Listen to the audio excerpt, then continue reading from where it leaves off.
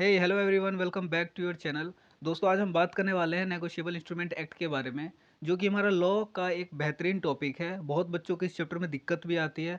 अभी ये चैप्टर ख़त्म होने तक आपको लगेगा, लेकिन चैप्टर जैसे ही मैं एंड करूँगा इसको, ठीक है, आपको लगेगा कि यार ये हमें समझ में क्यों नहीं आ रहा था। ठीक है, क्यों पता है? नेगोशिएबल इंस्ट्रूमेंट एक्ट एक लेंदी चैप्टर बना रखा है इसको, और इसके अंदर से पूछते वही नॉर्मल सी चीज़ें, तो हमें वो सब चीज़ें पढ़नी क्यों है जो हमारे काम की नहीं है। ठीक है, या हमसे जो पूछे ना, तो वही चीज़ें हमें पढ़नी है जो एफिशिएंट हो हमारे लिए। ठीक है, इफ़ेक्टिव और एफिशिएंट हो। जैसा कि आपको पता है कि मैं आपके लिए ऐसी-ऐसी चीज़ें लेके आता रहता हूँ। आपको मैंने पहले ही बताया कि मेरा कोई ऐसा नहीं है कि मैं टीचिंग लाइन में कोई एक्सपर्ट हूँ या कुछ हूँ, लेकिन मेरे को जितना हो सकता है मेरे से, मैं वो आपके लिए करने की कोशिश करता रहता हूँ। ठीक है, तो ये भी किसी बच्चे से मैंने नोट्स गैदर किया, इकट्ठा किया आपके लिए कि अच्छे तरीके से आपको समझा सकूँ। ठीक है, ये उसी बच्चे का बनाया हुआ नोट्स है। आशा करूँगा आपको समझाने के बाद आपको ये चीज़ समझ में आएगा अच्छे से। और गाइज़, हाँ, मुझे पता है कि अभी एक टाइम ऐसा चल रहा है जिसमें आपका जैन 23 में एग्ज़ाम है। ठीक है, तो उसकी प्रिपरेशन भी करते रहना, और घबराने की कोई भी दिक्कत नहीं है। अगर आपको किसी भी चीज़ का कोई भी मतलब सॉल्यूशन नहीं मिलता या डाउट रहता है, ठीक है, अगर आपको मेरे से बात करनी है या आपको डाउट जो भी बनता है उसको अगर क्लियर करना है, तो गाइस टेलीग्राम का लिंक मैं दे दूंगा चैनल में। आप वहां से बच्चों से पूछ सकते हैं। बहुत सारे बच्चे जुड़े हुए हैं हमारे साथ। ठीक है, और मोर देन 7 के हमारे मेंबर है ग्रुप में। ठीक है, तो गाइज वहां पे आप क्या कर सकते हो, क्वेश्चन डाल सकते हो, वहां पे उसका आंसर मिल जाएगा आपको। ठीक है, और अगर कोई अलग क्वेरी है तो आप मुझसे भी कांटेक्ट कर सकते हैं वहां से। ठीक है, चलिए गाइज, बिना टाइम वेस्ट की स्टार्ट करते हैं नेगोशिएबल इंस्ट्रूमेंट एक्ट के बारे में। ठीक है, अब देखो, negotiable instrument act, negotiable instrument के अंदर दो ऐसे वर्ड है जिसको हमें समझने की जरूरत है। नेगोशिएबल इंस्ट्रूमेंट बना किस चीज़ से? पहला नेगोशिएबल से, दूसरा इंस्ट्रूमेंट से। अब नेगोशिएबल का मतलब क्या होता है? नेगोशिएबल का मतलब ही होता है फ्रीली ट्रांसफर। ठीक है, फ्रीली ट्रांसफरेबल नेगोशिएबल। ठीक है, देखो, काफ़ी बच्चे ये बोलते हैं कि नेगोशिएबल का मतलब तो वही ना, जो हम नेगोशिएट वगैरह करवाते हैं। जैसे मार्केट में गए तो 50 रुपए की कोई चीज़ को बोलेंगे कि भैया 45 लगा लो, 40 लगा लो। नहीं, नेगोशिएबल का मतलब वो नहीं है। नेगोशिएबल का मतलब है फ्रीली ट्रांसफरेबल। ये किसी चीज़ से कनेक्ट है। अब देखो, इंस्ट्रूमेंट उससे कनेक्ट है। क्या कनेक्ट है, देखो, बात करते हैं इसके बारे में। अब इसके बारे में अगर मैं बात करूँ तो instrument, it is a document. ये देखो, it is a document through which any right is transfer to any other person. ये एक डॉक्यूमेंट है जो एक राइट प्रोवाइड करता है कि हम किसी अनदर पर्सन को, किसी अदर पर्सन को कोई चीज़ ट्रांसफ़र करें। ठीक है, वो डॉक्यूमेंट। अब देखो, फ्रीली ट्रांसफरेबल प्लस डॉक्यूमेंट। ठीक है, समझ रहे हो? कोई भी डॉक्यूमेंट, यानी अगर मेरे पास पानी की बोतल है, कि कोई डॉक्यूमेंट मान लो ना, जैसे कि मेरे पे कोई लाइसेंस है या कुछ अदर टाइप का कोई चीज़ है, जो मैं स्पीड पोस्ट से या किसी चीज़ के मतलब ट्रांसफ़र करता हूँ उसको चीज़। ठीक है, तो वो जब ट्रांसफ़र होता है ना, फ्रीली ट्रांसफरेबल है, तो इसको हम क्या कहते हैं? नेगोशिएबल इंस्ट्रूमेंट एक्ट कहते हैं, मतलब नेगोशिएबल इंस्ट्रूमेंट कहते हैं।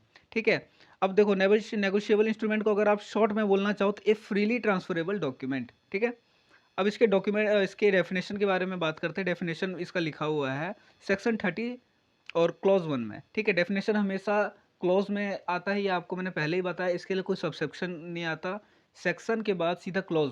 ठीक है, उसी के अंदर लिखा रहता है सारे डॉक्यूमेंट्स के बारे में। ठीक है, मतलब सारे डेफिनेशन के बारे में। अब देखो, इसके बारे में बात करते हैं। डेफिनेशन क्या है? A negotiable instrument means a bill of exchange, promissory note और चेक। ये कुछ ऐसे इनके पार्ट्स है। ठीक है, जिसको हम क्या कहते हैं? नेगोशिएबल इंस्ट्रूमेंट कहते हैं। बिल ऑफ एक्सचेंज, ठीक है, आपने देखा होगा, बिल रिसीव करते हैं, बिल पे करते हैं। ठीक है, प्रोमिसरी नोट, किसी को हम प्रॉमिस करते हैं, लिख के देते हैं कि जो कहते हैं ना, आपने सुना होगा कि लिख के देता हूँ मैं तेरे को, मैं ये कर दूंगा। ठीक है, वो प्रोमिसरी नोट होता है, वो जो लिख के देते हैं ना एक कागज में या किसी भी चीज़ में। ठीक है, और चेक तो आपको पता है कि चेक नेगोशिएबल इंस्ट्रूमेंट का ही पार्ट है। क्यों? फ्रीली ट्रांसफरेबल है और एक डॉक्यूमेंट है। ठीक है, अब देखो, इसके बाद बात करते हैं। चेक में भी ऑर्डर, ऑर्डर चेक और बियरर चेक। ठीक है, अब देखो, ये पार्ट है। ठीक है, पहला क्या है? Order cheque. दूसरा क्या है? Bearer cheque. ठीक है, ये क्या है? चेक के पार्ट है। अब बात करते हैं बिल ऑफ एक्सचेंज की। तो bill of exchange, bill of exchange freely transferable document है। ठीक है, आपको मैंने अभी बताया कि बिल्स रिसीवेबल, बिल्स पेबल। ठीक है, ये क्या है? आपने इसके बारे में पढ़ा भी होगा, ग्रेस पीरियड वगैरह होते हैं इसके अंदर। ठीक है, 3 दिन के जब बिल रिसीव करते हैं या बिल पे करते हैं, तो ठीक है, ये सब चीज़ें क्या है? बिल ऑफ एक्सचेंज के अंदर आती है ये सब चीज़ें। अब देखो, इसके बारे में बात करते हैं, इसकी डेफिनेशन के बारे में। It is a negotiable instrument in which there are 3 parties. 3 party होती है, ड्रॉयर, ड्रॉई एंड पेई। ठीक है, 3 पार्टी होते हैं, ड्रॉअर, ड्रॉई एंड पेई।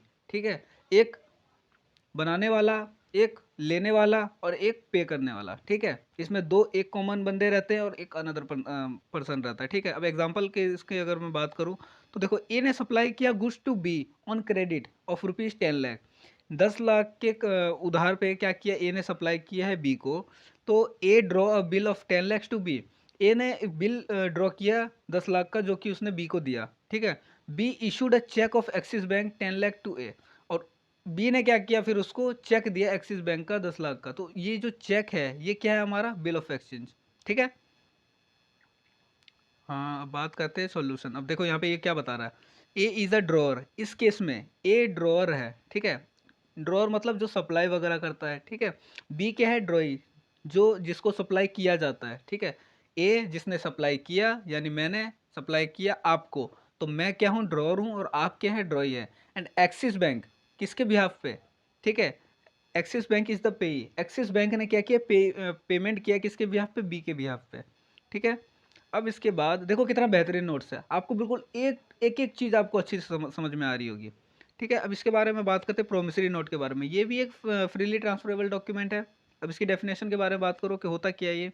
It is also negotiable instrument in which a person promise to pay some money to another person, ठीक है। इसमें क्या करता है, प्रॉमिस करता है एक पर्सन अनदर पर्सन को क्या करने का, पे करने का किसी मनी को, ठीक है। इन विच देर आर टू पार्टीज, एक होता है मेकर और दूसरा क्या होता है पेई, ठीक है। अब एग्जाम्पल पे आते हैं हम।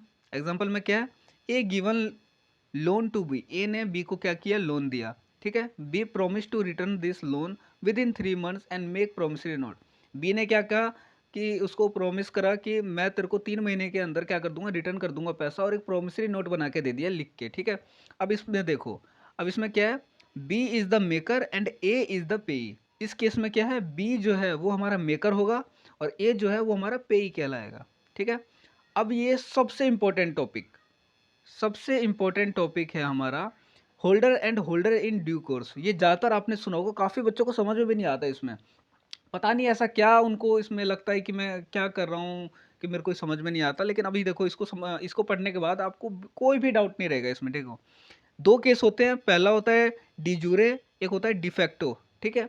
इसको समझना पहले। डिजूरे क्या होता है, means as per law legal owner. हाँ, जाके जैसे लीगल ओनर ऑफ चेक, जैसे मेरा कोई चेक खो गया, ठीक है, और आपको मिल गया वो, ठीक है। मेरा चेक खो गया और आपको मिल गया, यानी लीगल ओनर कौन है, मैं हूँ उसका, ठीक है। और डिफेक्टो क्या होता है, यानी मैं क्या हो गया, डिजूरे हो गया, क्योंकि लीगल ओनर जो हूँ मैं, ठीक है। तो लीगल ओनर को हमेशा क्या कहेंगे, डिजूरे कहेंगे। और डिफेक्टो क्या होता है, मीन्स एज पर फैक्ट्स, यानी पोजेशन अभी किसके पास है, पोजेशन होल्डर ऑफ चेक, यानी आपके पास, पर्सन हु होल्ड या ऑब्टेन द चेक, यानी आपके पास जो है, ठीक है। तो आप डिफेक्टो कहलाएंगे और मैं क्या कहलाऊंगा, डिजूरे कहलाऊंगा। अब इसके बाद बात करते हैं होल्डर के बारे में। होल्डर क्या होता है, holder in law that means legal owner, ठीक है। यानी डिजूरे जो हमने पढ़ा है वो किसका एग्जांपल है, होल्डर का, ठीक है। अब देखो, holder in law that means legal owner of the instrument. Holder is known as de jure, ठीक है। ये देखो, he holds the title and right on the cheque, ठीक है। चेक पे क्या है, उसका राइट है, ठीक है। क्यों, क्योंकि उसी का चेक है वो। अब देखो, होल्डर इन ड्यू कोर्स में मैं बात करता हूँ। अब ये क्या कहलाएगा, डिफेक्टो कहलाएगा, ऊपर के एग्जांपल, यानी डिजोरे और डिफेक्टो, ये आप याद कर लो। डिजोरे मीन्स होल्डर, और डिफेक्टो मीन्स क्या होगा, हमारा होल्डर ऑन ड्यू कोर्स। अब देखो, होल्डर ऑन ड्यू कोर्स के बारे में बात करते हैं। Any person who obtain the cheque due to defective title, वो क्या कहलाएगा, डिफेक्टो। यानी मेरे से वो गिर के कहीं खो गया और आपको वो चीज़ मिल गया, आप क्या कहलाएंगे अभी इस केस में, डिफेक्टो। डिफेक्टो का दूसरा नाम क्या है, holder in due course. De facto का दूसरा नाम क्या है, होल्डर इन ड्यू कोर्स। और डिजूरे का दूसरा नाम क्या है, होल्डर, ठीक है। अब इसके एग्जाम्पल पे आते हैं। अब देखो, इसका एग्जाम्पल ध्यान से पढ़ना, ठीक है। B supply goods to A. B ने ए को सप्लाई किया कोई गुड्स, ठीक है। A issued a cheque to B. A ने क्या किया, बी को कोई चेक कर दिया इशू 10 लाख का सप्लाई के केस में, ठीक है। अब payable name is missing in the cheque. अब उसमें मैंने, आपने देखा होगा मूवी वगैरह में कि उसमें लिख के देते हैं, मतलब ऐसे चेक देते हैं, बोलते हैं अमाउंट भर लेना और नाम वाम भर लेना, जो भी कर लेना, ठीक है। तो ऐसे केस में क्या हुआ होगा कि मैंने, जैसे मान के चलो, मेरा कोई मैं कोई चेक क्रिएट कर रहा हूँ, चेक इशू कर रहा हूँ मैं, ठीक है। उस पर मैंने नाम नहीं लिखा, ठीक है। अमाउंट लिख दिया कि आपको भाई 10 लाख रुपए देने हैं, और अमाउंट आप क्या करना, खुद ही लिख देना। या चलो मान के चलो मैंने आपको नहीं दिया, मैंने क्या किया, उसको रख रखा था और मेरे से कहीं गिर जाएगा, ठीक है? ऐसा भी दो केसेस हो सकते हैं। अब देखो इस एग्जांपल को पूरा करते हैं। Missing in the cheque, B is the holder of that check.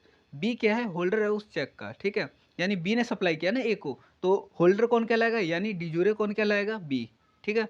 अब बी से क्या हो गया? वो खो गया। B lost the cheque and C get this cheque, और सी को वो मिल गया। अब C is not the legal owner, legal owner तो है नहीं, उसको सड़क से मिला होगा कहीं, बट ऑब्टेन द चेक, लेकिन उसको चेक मिल गया। अब देखो further mister D is the creditor of mister C. अब मिस्टर सी ने मिस्टर डी से कोई चीज़ लिया होगा, उसको पेमेंट करना बाकी होगा, ठीक है? क्या है? डी क्या है? हमारा क्रेडिटर है सी का। अब देखो mister C issued this cheque to mister D. अब सी देखो क्या यहाँ पे बदमाशी किया कि उसने डी को क्या कर दिया? इशू कर दिया कोई चेक, वही वाला चेक, ठीक है? उस पर उसका नाम लिख दिया होगा और उसको क्या कर दिया होगा? इशू कर दिया। अब देखो D can file a case against all priorities, यानी जो भी हमारा ए है, बी है, सी है, जहां से भी चल के मतलब बनता हुआ है, ठीक है, वो क्या कर सकता है? डी सबके खिलाफ केस कर सकता है। समझ में आया आपको अच्छे से? अब देखो इसके बारे में बात करते हैं। डी इस केस में क्या है? Holder in due course. Holder in due course यानी सबसे लास्ट में उसके पास अभी किसके पास पोजीशन है? डी के पास है, तो डी क्या कहलाएगा? Holder in due course. Here title of the cheque is defective, ठीक है? डिफेक्टिव है, defective title, but D has no fault, लेकिन डी की तो कोई गलती नहीं है, डी को तो चाहिए था उससे पैसा। अब बाद में जब उसको पता चलेगा तो वो केस करेगा, लेकिन यहाँ पे तो लीगली नहीं है ना, वो हुआ तो अनलीगली, ठीक है? Illegally. Intention of holder of due course should not be wrong, wrong नहीं होना चाहिए, लीगली होना चाहिए। इंटेंशन देखो, पहली बात तो जब किसी और का चेक उसके पास है तो इलीगल वहीं हो गया, लेकिन अगर वो जानने के बाद मतलब उसको उस चीज़ की भनक आ जाए और फिर भी वो अनजान बने, तो उसको क्या कहेंगे हम? रॉन्ग कहेंगे, ठीक है? अब देखो यहाँ पे क्या होगा? बी, बी हमारा क्या है? होल्डर ऑफ ड्यू कोर्स, जिसने sorry holder of the cheque यानी जिसने क्या किया? इशू किया चेक, ठीक है? और D is the holder in due course, और लास्ट में डिफेक्टिव किसके पास गया टाइटल? डी, डी के पास गया, ठीक है? अब देखो, अब इसके बाद हम बात करते हैं। अब एक बात बताओ, होल्डर और होल्डर इन ड्यू कोर्स, इसमें आपको कोई ऐसी ऐसी चीज़ लगी कि यार क्या बड़ी चीज़ है क्या? मेरे इसमें क्या आपको तो अभी ऐसा लग रहा होगा कि ये मेरे को समझ में नहीं आ रहा था, ठीक है? अभी देखो इसके बाद हम बात करते हैं इंश्योरेट इंस्ट्रूमेंट, इंश्योरेट, ठीक है? इंश्योरेट का मतलब क्या होता है? इनकम्प्लीट होता है, ठीक है? इनकम्प्लीट नेगोशिएबल इंस्ट्रूमेंट हमारा क्या कहलाता है? इंश्योरेट इंस्ट्रूमेंट, ठीक है? एग्जांपल जैसे डेट, अमाउंट, ये सब मिसिंग है किसी चेक वेक पे, ठीक है? तो ये क्या कहलाएगा? इंश्योरेट इंस्ट्रूमेंट। अब इसके बाद हम बात करते हैं circumstances when the bankers refuses the payment, यानी कोई ऐसी चीज़ें, मतलब कब ऐसा हो सकता है, किस केस में ऐसा हो सकता है कि जो हमारा बैंकर है वो किसी पेमेंट को क्या कर दे? रिफ्यूज़ कर दे। तो ये कुछ फॉलोइंग आपके पास सरकमस्टांसिस, अब देखो क्या होगा? When the customer has died, जब कस्टमर कोई मर चुका हो, ठीक है? जिसका चेक है, ठीक है, वो कस्टमर ही मर गया। When the customer being become insolvent, दिवालिया, पागल हो गया वो, ठीक है? When the customer become unsound man, कोई समझ ही नहीं है उसको, ठीक है? तब ये क्या हो जाएगा? ये हो जाएगा रिफ्यूज, ठीक है? पेमेंट नहीं हो पाएगा, ठीक है? पेमेंट के लिए रिफ्यूज हो जाएगा। When court order for refusing, जब कोर्ट ऑर्डर कर दे कि भाई इसको रिफ्यूज करना है। When the cheque is lost, जब चेक ही खो जाए, या जब क्या हो? अकाउंट ही बंद हो जाए हमारा, ठीक है? अब कुछ केस लॉ है। अब एक केस लॉ है, केस लॉ को क्या करते हैं? एनालिस करते हैं। Minor is not liable for cheque dishonoured, ठीक है? जब चेक डिसऑनर्ड हो जाए, यानी मैंने किसी माइनर से क्या किया? कोई चीज़ सप्लाई करवाया, ठीक है? उसने मुझे क्या किया? चेक दिया, और अगर वो डिसऑनर्ड कहलाता है तो वो लायबल नहीं होगा उस चीज़ के लिए, ठीक है? ये कहना चाह रहा है ये। केस वन पढ़ते हैं ध्यान से। Mister A issued a cheque to a minor named mister B, mister A ने बी को कोई चेक इशू किया, माइनर का है, मतलब बी माइनर है, ठीक है? अब मिस्टर बी जो कि माइनर है, given this cheque to mister C. अब मिस्टर सी ने क्या, सॉरी मिस्टर बी ने क्या किया? मिस्टर सी को क्या किया? चेक इशू कर दिया। Here cheque was dishonoured due to insufficient fund, अब उसमें कोई पैसा ही नहीं था, तो क्या हो गया? डिसऑनर्ड हो गया चेक, ठीक है? अब अकाउंट में पैसा होंगे तभी तो वो होगा ना, मतलब सही से चेक का यूज़ होगा, आपको पैसा मिल पाएगा। अब अकाउंट में ही पैसा नहीं है तो आपको कहाँ से मिलेगा? भले ही चेक पे आप 10 लाख लिख दो और आपके अकाउंट में 1,000 रुपये भी नहीं है, तो आपको कैसे मिल जाएगा? ठीक है? अब here mister C can file a complain only against mister A. अब देखो यहाँ पे ए ही फंसेगा, बी इसलिए नहीं फंसेगा क्योंकि वो जो चेक है ना, उसने मिस्टर बी को दिया। अब भले ही तब पैसा हो या ना हो, ठीक है? अब मिस्टर बी ने जब सी को दिया, अब इसके लिए वो केस कर सकता है कि भाई मैंने जब दिया था तब पैसे थे, ठीक है? ऐसा नहीं है कि भाई मिस्टर ए ने पैसा दिया और ये मिस्टर बी पैसा खा गया उसके बाद उसको दे रहा है तो वो बंदा केस करेगा मिस्टर पे, नहीं नहीं ऐसा कुछ नहीं है, ठीक है? अब आगे बात करते हैं। जब बिल इश्यू हो विदाउट कंसिडरेशन या विद कंसिडरेशन। ठीक है, बिल इश्यू हो विदाउट कंसिडरेशन या विद कंसिडरेशन।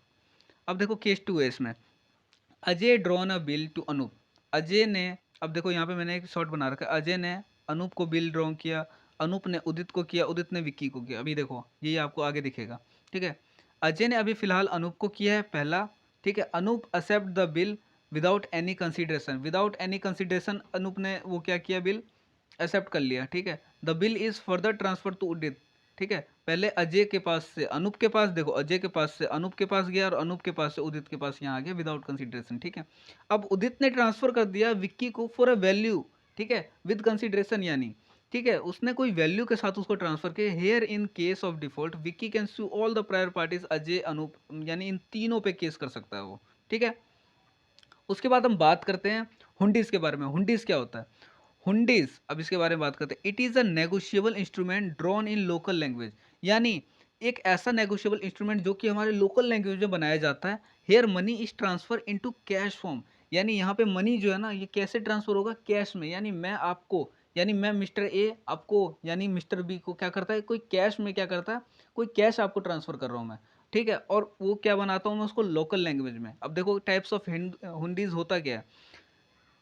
3 टाइप्स के हुंडीज होते हैं। पहला शाह जोग हुंडी, दूसरा क्या है जोखमी हुंडी, और तीसरा क्या है नाम जोग हुंडी। अब इसका ट्रिक है याद करने का, जोग जहाँ जहाँ जोग दिखे यानी समझ जाओ ये क्या है, हुंडीज का पार्ट है। इसके एमसीक्यू भी बन के आ सकते हैं कि भैया बताओ इन चारों में से या इन में से कौन सा हुंडीज के पार्ट है या नहीं है। ठीक है, तो याद रखना जोग, ये देखो जोग जोग सब में आएगा। ठीक है, तो ये याद रखना। और गाइज इसी के साथ हमारा नेगोशिएबल इंस्ट्रूमेंट का जो चैप्टर है, भयंकर चैप्टर जो अभी तक आपको लग रहा था, आप कमेंट सेक्शन में जरूर बताना गाइज कि आपको ये चैप्टर अभी भी खतरनाक लग रहा है या नहीं लग रहा।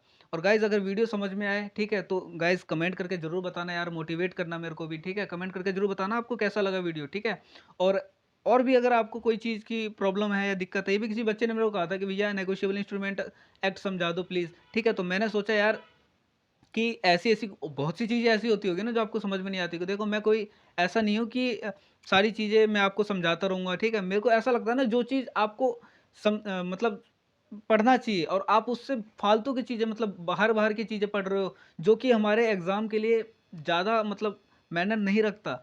वो चीज़ें मैं बेसिकली उसकी वीडियो बनाता हूँ कि आपको इतनी-इतनी चीज़ें पढ़नी है और इतना पढ़ना बस। अगर ऐसा नहीं है आपको कि सब कुछ आपको कवर करना है उसमें। ठीक है, तो गाइज़ ज़्यादा बातें ना करते हुए मैं होप करता हूँ आपको वीडियोस अच्छी लगी होगी और वीडियो पसंद आई हो। तो गाइस चैनल को अभी तक अगर आपने सब्सक्राइब नहीं किया, कुछ ऐसे भी नमूने हैं जो देखते हैं और कहते हैं छोड़ो ना यार नेक्स्ट वीडियो आई जाएगी, देखेंगे भाई वीडियो आराम से। ठीक है, तो भाई बिल्कुल भी ऐसा नहीं करना आपको भाई, मोटिवेशन करो यार। जैसे मैं आपके लिए ये सब चीज़ें करता रहता हूँ तो आप भी तो करोगे ना मोटिवेशन।